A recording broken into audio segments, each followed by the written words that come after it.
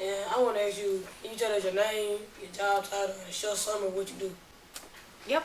My name is Rachel Cole. I'm the Senior Managing Director of Program for Teach for America here in the Mississippi Delta, which includes Arkansas and Mississippi. And I'm responsible for ensuring that the 550 core members or Teach for America teachers are successful in their classrooms. Ms. Cole, what do you feel are the most important mindsets a young person like me needs to develop in order to be successful later in life? Important. I think you have to know what you want, and you have to be willing to work really hard or do whatever it takes to perseverance to get that. Ms. Cole, as a leader, what do you feel are your strongest skills or traits? How do you acquire them? So I think that my two strongest traits are I think I'm very good at setting vision and direction, so I think I can come up with a strong idea of where I want our Teach for America teachers and their students to be in the coming year or in the coming several years. And then I think that my other probably strongest trait is my critical thinking. So then I spend a lot of time thinking about where are we in relation to the vision that I've set for where we want to be, and if we're not achieving that vision, what can we be doing better, and if we are achieving that vision, how can we capitalize on the things that we're already doing really well on. Ms. Cole, have there been any breakthrough moments or people in your life that significantly contributed to you being in the position of leadership that you are in today? Definitely.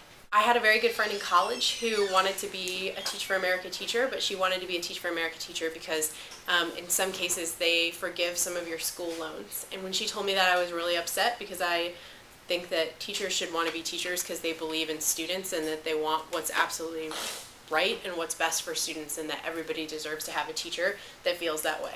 So when she and I first had that conversation, I was so angry about the reasons that she wanted to be a teacher that I decided that I wanted to be one. How do you select teachers for Teach for America? We look for teachers, Teach for America teachers, to have proven perseverance. We look for Teach for America teachers to have very strong critical thinking. We also look for people who are able to build strong relationships and influence others.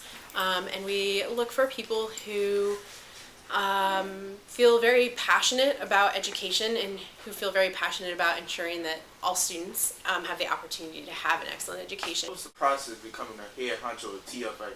Well, as I told you, I taught for 2 years in Marianna, Arkansas, and then I myself was a program director, which meant that I worked directly with Teach for America teachers in your classroom. So you may have been in Mr. O'Rourke or Mr. Shankel's room or Miss Cummings' room and seen somebody come in who you didn't know and observe your classroom, and they might have even asked you questions about what you were learning. So I did that for 2 years. And then the past 3 years, I actually have worked with those people, making sure that they know how to best support teachers. Teach for America and never as will be your plan B. I think I would have come to education eventually because my parents are both educators, and education is probably the single most important thing, or was the single most important thing in my house growing up. So I think I would have gotten involved in education somehow, but I don't know what that would have been. Based on our experience at Chevy Middle School, Teach for America teachers are some of the best teachers we ever had. How do you train them? Teach for America teachers go through a 6-week teacher boot camp.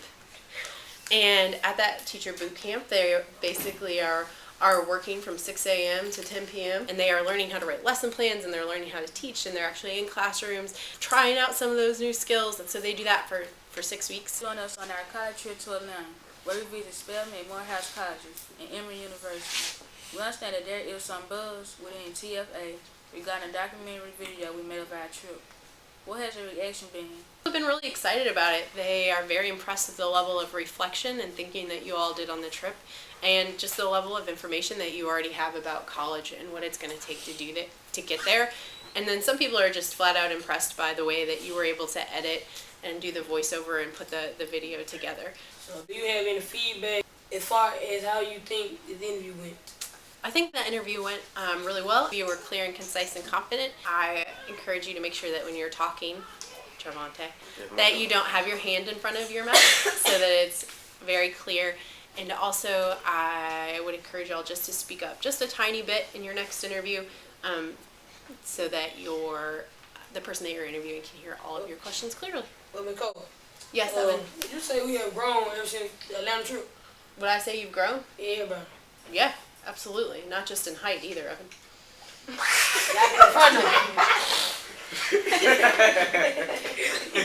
Yeah, I think you have, and I think you even grew during the Atlanta trip. I think you guys, from the beginning of the trip to the end, you learned a lot about what you wanted from college, about what all the possibilities are, and I think you know even more now. And listening to you all reflect today on the video showed me that it wasn't just a one-time thing, that the reflections that you had really stuck.